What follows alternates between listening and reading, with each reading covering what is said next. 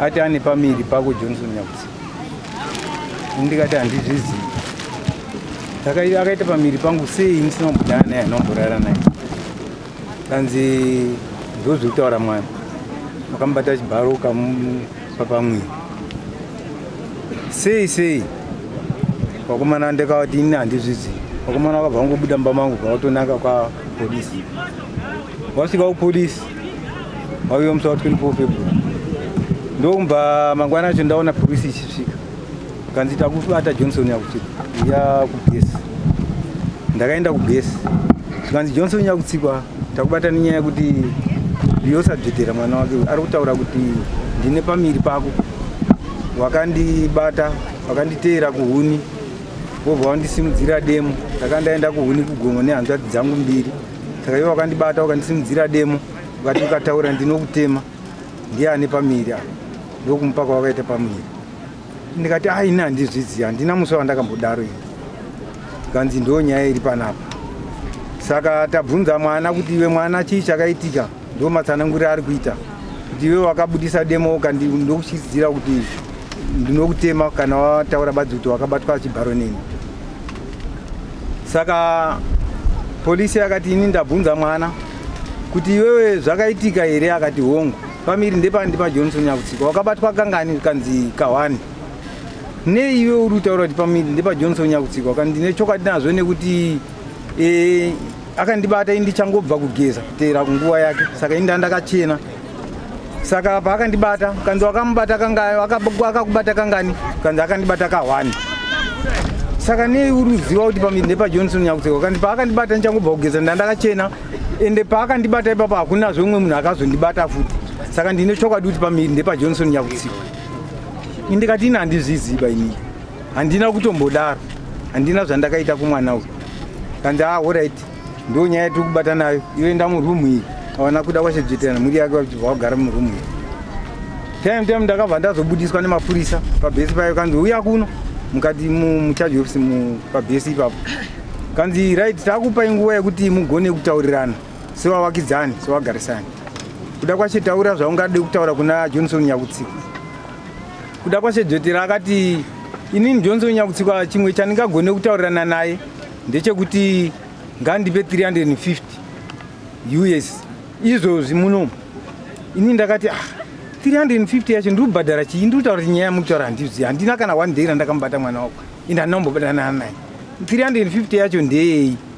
Kuda kwachedzvetera akataura kuti kana uchida kutoziva izvo ndokusiya uchinovharirwa. Ndikati kune ndikuvharirwa nyaya iyi. Pandikuda kaizwa ibamba. Notenda. Ndoda nyaya kuti kana nyaya yakamboenda before a magistrate.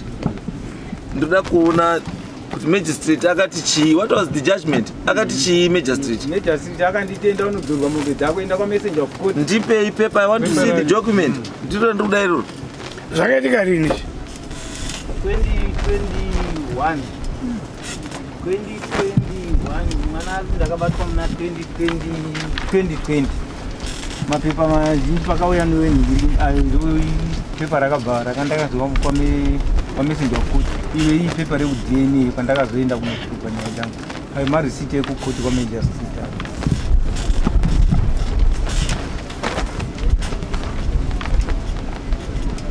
Musikana wacho aripo. Ndiziva wacho zvakwana. Angomuketsa munhu. Musikana wacho aripo.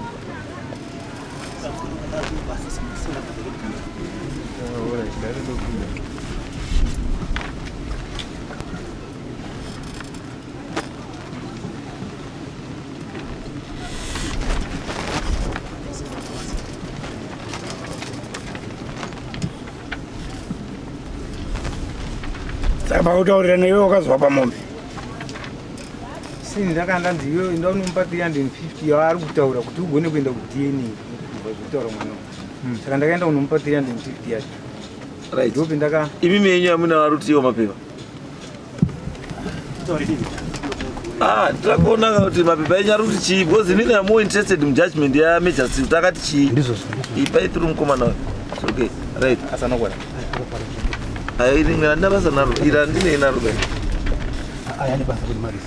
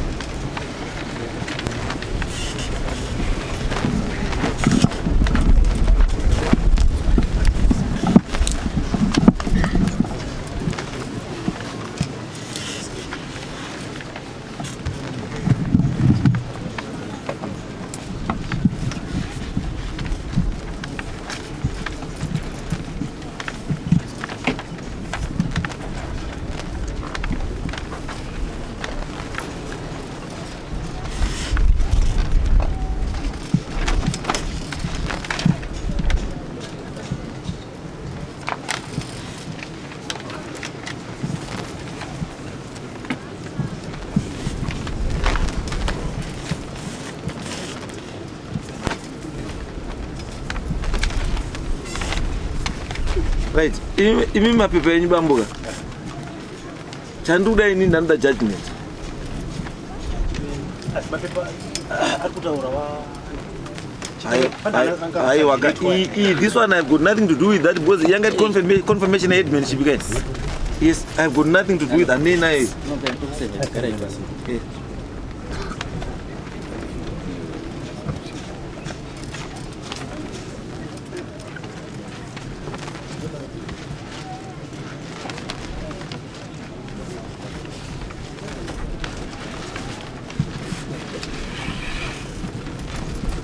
Hapana judgment futhi la.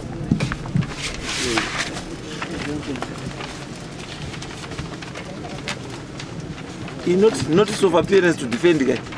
His judgment. I am madam with Right, request for further particulars. His judgment.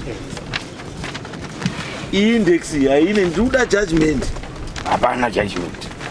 Pamwe ichazouya. Pamakaita zvese zvibambo. If you went before a magistrate ka panofanira pakaita judgment. Judgment iri kupi ya magistrate? Sanu judgment yacho ndangomira sheriff. Kusheriff kutaita sei? Because sheriff anoacta on advice yechi anenge atobata judgment. Yes, chinotanga judgment. And poitwa application ya sheriff for removal of property. Pasina judgment sheriff anoswera mumba.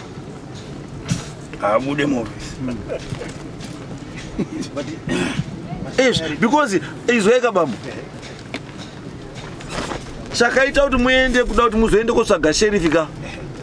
Is because mune judgment yakapiwa court. And inozokupa isimba rekuti muchinobhadhare sheriff mari dzekuti afambise nekuti aseye kuexecutor action yataurwa nejudgment. There is no judgment. Hakuna mapapers ari kukupa authority anopa sheriff authority to execute. Hapana ndizi? Aripi.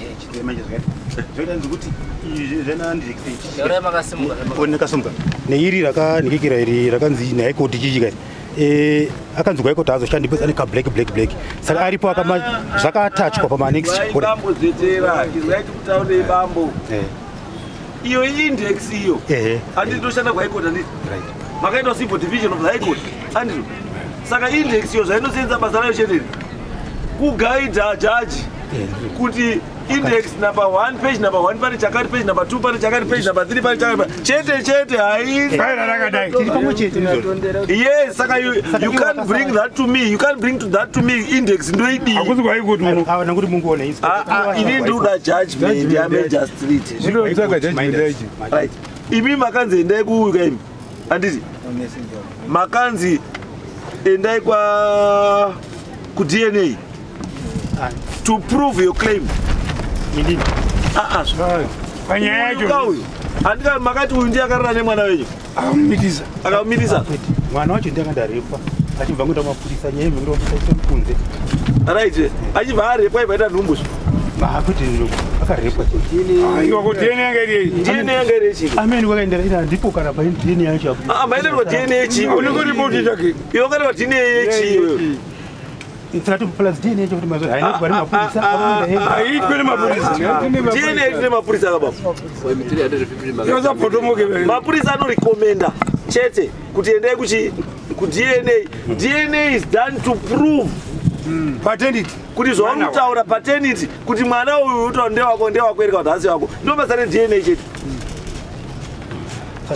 kama mwanzo mani bvunza rafunga naudaira mati judgment racho riripi yes sandiri kuti pane akapa genet wacho ndio pane zvese itumaskera torosona nakangobata matakura babwe harina kana basa chine basa ipepa 1 namasiya rejudgment just 1 page ndiyo ine basa sumburesera bulera nane basa saka ese wacho ndo ari ku high court kwacho akatwasa panix zviripa kuti index ya page yakati pancha patika munatacha pa next is unazana makopi annex chaka munatacha kazviri asi you munosana nemakopies kazana kopi unazana ne pasangari 5 because munhu uyu bambo kuti azopiwe authority yekuzoenda ku DNA test handiti is because pakanga paine judgment yanga ada kuprova kuti handiyo zvokuti haune judgment ende akaprova ne ende DNA test ikutana panapa this result excludes John Nyakutsikwa as the biological father of Evans Zvitera Evans ndiye mwana wacho iro. Yes, because mukunda wenyu ari kuti akarepwa nenya kutsikwa. Arepwa nenya kutsikwa ndovaita mimba ndobvazwa raIvans. Izwai zvebambo. Izwai banzo. The purpose of DNA is because we are chiramba kuti anombo murepa and know nothing. Ende mwana wenyu mimba ndiye akakunyeperai. Mombe makazotora madini. Mwana wenyu akakunyeperai. Pekuti because kana munhu arepwa anobhadhara mombe. Mombe makatora. Rape is a criminal case. It's a criminal case inoperera kuma criminal chi. Andizvo. Saka imi makazopiwa mombe pakudii. Mombe yanga iri yei 350 yongeri way of compensation because proposal to compensate rape kuti hanzi no munhu kwazvari manisi akanoenda uko kuvana vake uchaita sei akapirwe ati mombe yanga iri kuda compensate chii ine rape case andi makarepwa munakarepwa alapo tinenge kamumirira ndizvo imi makapiwa mombe mwana arepwa imopiwa mombe ndeye mombe mwana arepwa Noti zvakaita nezvokuti makapirwe mombe yekurora ere kana ndeyekudidini mombe mapepa acho zvitsangwa mapepa iko apani mapepa apapa mombe tati makapiwa mombe mwana arepwa imi mopiwa mombe mombe ndeyi matatenda kurepa mwana mombe yakabhadharwa iri mari 350 ichinzi way of compensation kuti munhu asadi Bambo, I have never heard of something criminal court. She knows the compensation. Rape. Makanzo ubi. Mapurisa tingozotungamira mapurisa.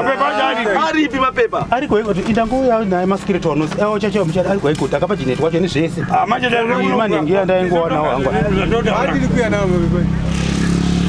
Mapacho nyaya iri kuhaikoti. Amapepa zvakabhadhwa kuti afambe chiri nanga chiri chifamba ndiri kutera kuti muchaonzwa nesu handika ndabhadha zvese mafaini miyanyo waikoti ndechi ndiyo iyo yekudini yacho pane rep pane nyaya yedna iye imimi iri kukoti ndeipi ingori nyaya wani ipi nyaya ipi yacho nyaya yacho ndeipi kati mbodorera pasi waikoti kune nyaya iyi kune nyaya iyo yese kuti dna yakazodwa yacho nezvakari kurepo kaita chii chakaitika zvese totangura zvese ndingori nyaya 1 ingori mapepa acho ese aikoti ndakudii apo ndozvatinori mapepa ese akabhadhara mari kuti chiripo acho anikikira ndo anoziva zvaangaita bcause anozotungamira iko azozotida kuti ndo vanotonga zvafanira zvangoya pano ndingaziva kuti munhu yaikoti ndimi kuti musikana akaita se ane nyaya iri kwaikoti ndimi here kuti musikana ndini imune manje ndiyo handikunziva izvoyo wakazoti mwana sandini baba cho ndakanzi ndindine nyaya iri baba bambo izwai bambuka bambo musaite vanhu mapenzi ba mazwa ere bambo musaite vanhu mapenzi babambo nyaya yamuri kuiziva pairi nepayakafira payakatangira munopaziva payakafira munopaziva hakuna criminal court inopa munhu compensation yemombe nembudzi besides the customary law court. Muruzwa bambo. Hakuna major city akamboenda kwa major city munhu abva akurwa nenyaya dzendobhadhara mbudzi nemombe. Makambozvizwa kupizwa. Kuti kwa major city noti enopiwe mombe nembudzi as compensation ndi major city upiwe. Apa nyaya iripo it's a very serious case. Iri nyaya yerepi. Wozupiwe mombe iwewe. Justify to me kuti mombe dzawakapiwa ndedzei. Handizonzwa kuti ndodizwa kuti mombe ndedzei. Extortion. Dzawakapiwa munhu kuti akupe munhu. Extortion. Yakataurwa mapurisa mapurisa ajajika. Bambo, mapurisa izwa bambo, mapurisa haatongi nyaya. Mapurisa ma-arresting officers chete. Wazwa? Ma-arresting officers chete. Kana yenye kuti wauda kutongwa wasungwa unotongwa na magistrate. Hautongi nemapurisa. Saka ibi mupurisa muruto chioko muhomwe chamama akujairi. murume mai savana kutora mari yake avana kuenda kujeri kana akarepa ndizvo zvakatorapa kati mari mai savana kutora mari makatorei saka mombe wakazotora sei iwewe uruzi nhasi wauya pana kuti udzosere mombe wakazodzitora sei sandenda kuti mombe iyo ka 350 yakabhadhirwa it was so compensation kuti orati compensation repi bambo chini chekuti compensation pamwezi yacho tukanganisa ndikatomboramba kuti no ati repo ere achandisa rimwezi mbavasa zairi mwezi munokuziva ere ndini yacho urimboiziva ere kuti satu zairi mwezi iri siri compensation pamweni mutadza ku taurai rimwezi taurai rimwezi ila murufungira tukanganiswa pachirungu pamwe chirungu chiri muvhiringa kuti mwana arehepwa wopiwa compensation iwewe usiri warepwa ba wakarepwa ere because kana munhu arepa munhu ka anobatwa nenyaya yake repe it's a criminal offense saka ndimi makarepa kana iri criminal offense wakutosungwa nemapurisa wavhaenda kwamajaziti odii wotonga womba mutongo ende mutongo werepi kupinda mukati haina faini ndimakarepwa ere kana usina kubvumirana nazvo manje ndopaunowapira kupi waikoti handizvo but murume uyu akaita application iyi mapapers yana akaita application yekukumbira kuti ndoti paitwe DNA handizvo to prove kuti mwana aiwa ayasenyu bana ari pamusoro ayasenyu bana akwese wali mpulasi akonda kubaona mimi zvenyu maisa padumbu renyu akwanika pakune njumba yakwe akona rangu ba handichatoni tumanje aiwa tsvaka unambotumba ere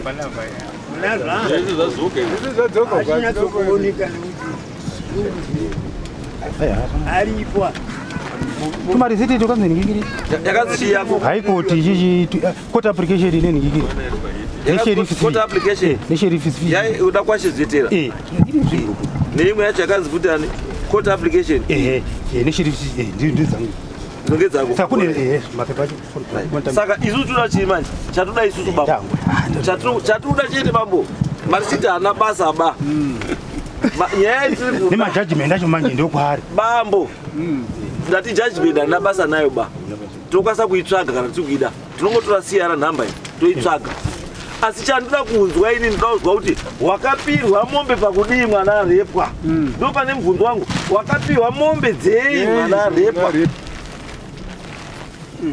ibribe kana iri bribe saka waikoti urutsvakei iyo mombe wakatora nyaya chiri kuenderera mberi waikoti kunotsvakei mombe yemunhu wakaya mwana wacho handi wake akwaikoti yange yakuita uchitsanangura zvekuti aikoti inotsanangura aiwa ndati yanga iri kutsanangurwa nyaya yacho kuti inyatsa kubuda pachinaakuti anyway tingawasta time kana nyaya yako ichiri before the high court ka we cannot entertain it bana high court yakapera reka kuti haina haina high court yakamira yakalonjwa ichinzi chii vakandiva matsamba yakati akaisa nyaya high court ndiani akaisa nyaya high court ndini ndiwe wakaisa uchiti chii nyaya yako ndeyei high court makamangara kuhigh court muchiti claim yacho ndeyei claim yacho yange high court yange iri kuonesana kuti munhu wakuti tidzosera izvi zvakazodai zvakadai mombe nezvakadai high court kwacho chindakaita DNA kudidini asi DNA yacho iri kutsanangura kameringa kuti saka kana nyaya yakatodaro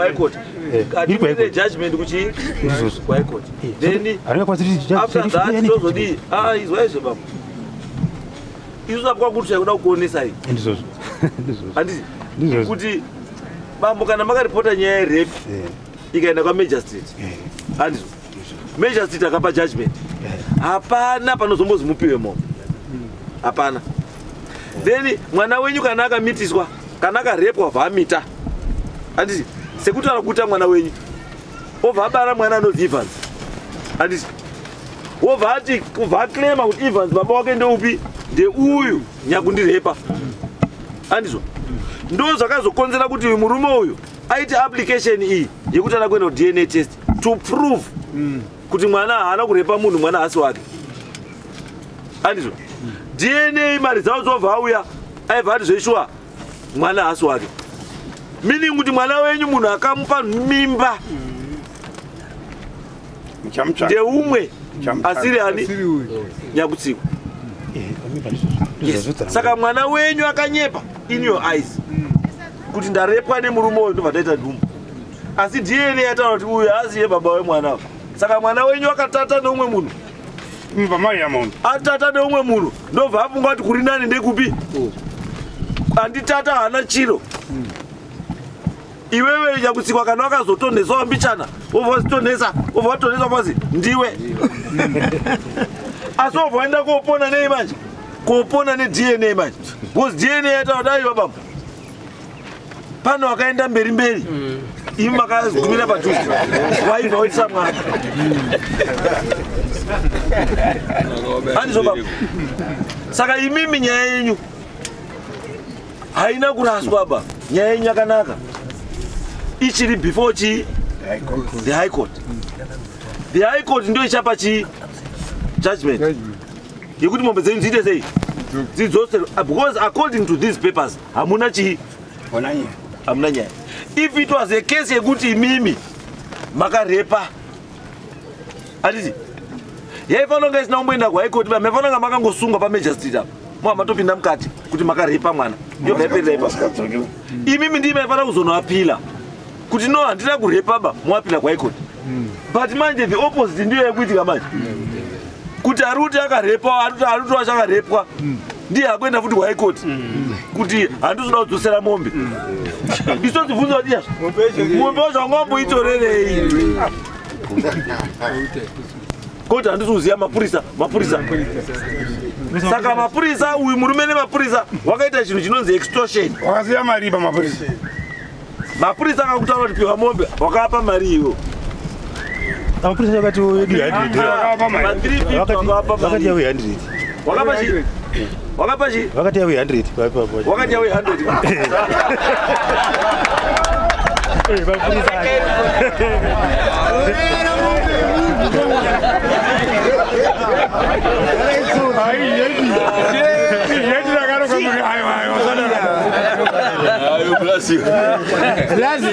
Zorera mombe dzeumu. Zorera mombe unozodzingisa mabasa iwe. Zorera mombe. Kana yatodai bamba ndika. Andika muri kuona bamba. Waripo panapa wakomana vemutemo panapa. Watozwa kuti pane mapurisa akaita uori. Handiti mukanotora mombe dzemunhu zvisiri pamutemo. Mapedza matora mombe dzemunhu muhamaenda koshare mari behind the scenes. Knowing very well kuti mwana wako haana kurepwa. Ndi mchinda ndamborana musikana. Imimi chamakaronga ka. Musikana anofana kunge aripo pana. Musikana must be criminal musikana. Boza hauti munhu andimitisa naurara newe. Apasana madora mari munhu atowabata ipi. Alipi musikana. Musikana uripi. Aiwa kana ari kubasa bambo ka. Kana utadza kukumbira isusu tokasawo mukumbirira kuti auye kuno kuti ane nyaya yake iri kuno. Karubasa ipi. Kana ari kubasa tinokwanisa kumukumbirira isusu kuti ane nyaya yake. This is a serious accusation because murume wayo akabatwa kawo. I9 years ari pai. Ari mujeri. It's 9 years ari mujeri. Nenyaya yechinhu chasina. Pota rasina umbotesta. Wozibhadhara mombe. Kutusaenda ujeri. That's extortion. Imhosva yakakura iyo. And it's unfortunate kuti mhosva iri kutoinvolva nevakuru vemutemo. Alright, yes. Pari kuti nyaya iri kuHigh Court ipapo. Ini ndakazoti ndabva kwaMagistrate ndaudzwa kuti ndaunotsvaga mari yakaita 142 titumaona unoasisa kuti pamba pari pane ija tinotora zvinotoa. Ndakabva ndapiwa pepa kwaMessenger of Court. Ndikanzi chienda unotsvaga 1000 kuti titumaona unotonobata zvinhu izvo zviuye panapa. Ndikati handigoni kuiwana chopchop mari iyo. Ndiri munzira kuti ndakunotsvaga mari kutaura kuti zvinhu zvinotorwa zviuye. Ndakafonerwa wakati tiri weHigh Court. Kati weHigh Court saka todini kanzi ndidirecta kumba kwako tofamba sei. Ndikawadirecta kuti munobuda munyanga modai. Mosvika pashopping center pedu. Kanzi iwe chibva kumba kwako uye tisangane pashopping center. Ndobva ndabva ikobva ndabva ndasangana nawo. Wakadhiraivha kusvika pashopping center zveshuwa. Wakandipa mapepa awakandipa. Kanzi mapepa aya tiri kukupa mapepa aya saka mapepa aya ndaunopa anyone wemutemo lawyer kana kuti ani anoziva zvemutemo. Ndakadzoka nawo kwandakaiswa nemapurisa kunewe legal practitioners. Vandaenda nawo ndikandapiwa mapepa nawo nawati ndabva kuHigh Court. Wadhiraivha wauya kumusha kwangu. Wakandipa mapepa. Uye legal practitioners ndo wakazotora mapepa aya akati takutora iwo abva kuHigh Court acho neawa tatagara tupai makoti ari kubudiswa neuyu aya takuenda nawo then wachazotifonera sekutaura kwawaita kuti tichazokufonera vaive muna october 2022 nanhasi hapana uye azodzorera mombe dzangu nekutoreswa right zvamunoita imi michienda moite follow up Legal Resources Foundation handiti endai kuLegal Resources Foundation moita follow up nenyaya yekuti nyaya yapapi mombe dzangu asati dzadzoka kuti waitoiswe follow up high court ipedzi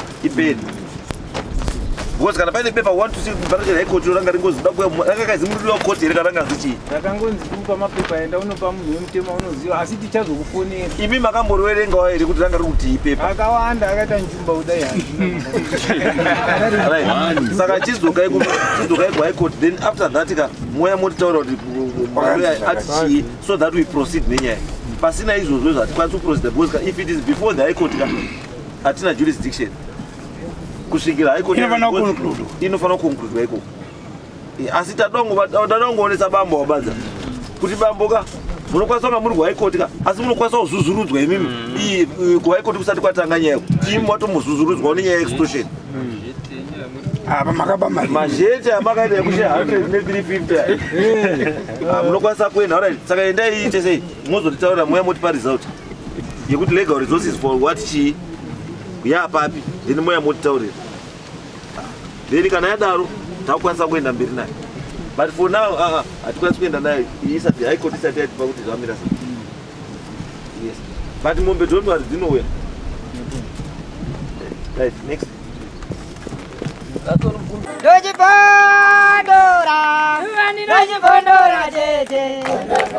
Teachcatch MTV inokupa nyaya dzakasiyana-siyana dzinoitika mumatunhu atigere neakatikomberedza, dzinotyisa, dzinofundudza, dzinokatyamadza pamwe chete nedzinosetsa. Kuti musarasikirwe nenyaya idzi munoenda paYouTube channel yedu Teachcatch MTV mondo subscribe ipapo, musakanganwe kulaika pamwe chete nekushare, musazokoshiwe kupfanya kabhatani ako ndokabheroka kuitira patinokanda chinopisa munoyeuchidzwa. Teachcatch MTV tinodzifamira. Dojipondora, dojipondora tete.